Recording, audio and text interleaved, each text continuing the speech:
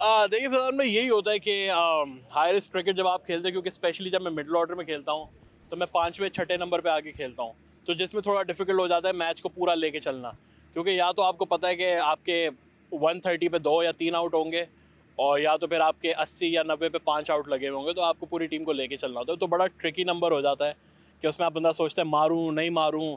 लेकिन अगर आप मतलब अभी मैं अपने स्टैट्स बहुत गौर से देखता हूँ, तो अभी पिछले साल मतलब इस साल के जो स्टैट्स हैं, तो उस हिसाब से मैं T20 के जो टॉप प्लेयर्स हैं मिडिल ऑर्डर के, उनके बीच में खड़ा हो रहा हूँ।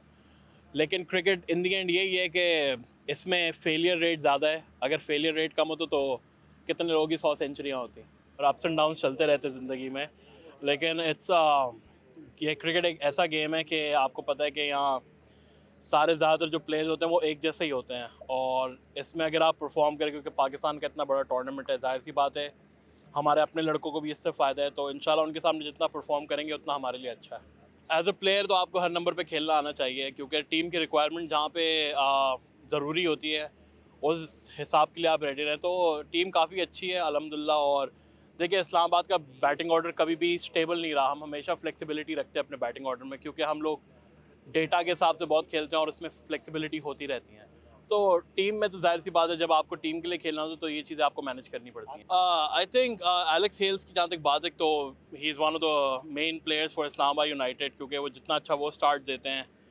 तो आई थिंक मिस करेंगे, लेकिन Martin Guptill another inclusion in Islamabad United, जो कि काफ़ी अच्छे प्लेयर हैं। और लास्ट ईयर भी अगर आप उनकी PSL की परफॉर्मेंसेज देखें तो they were outstanding, he scored 100 as well. तो कोशिश करेंगे कि जिस पॉजिटिव माइंडसेट के साथ इस्लामाबाद यूनाइटेड खेलती है उसी माइंडसेट के साथ खेलें। और बाकी दूसरा सवाल आपका क्या था? 138 और 144 बिल्कुल, बैटिंग लाइन देखें, हमने जो स्कोर्स किए हैं, अगर आप हमारी बॉलिंग देखें तो मुल्तान के ख़िलाफ़ हम आखिरी बॉल तक मैच लेके गए, और कोयटा के ख़िलाफ़ भी हम लोग सेकंड लास्ट ओवर तक गए।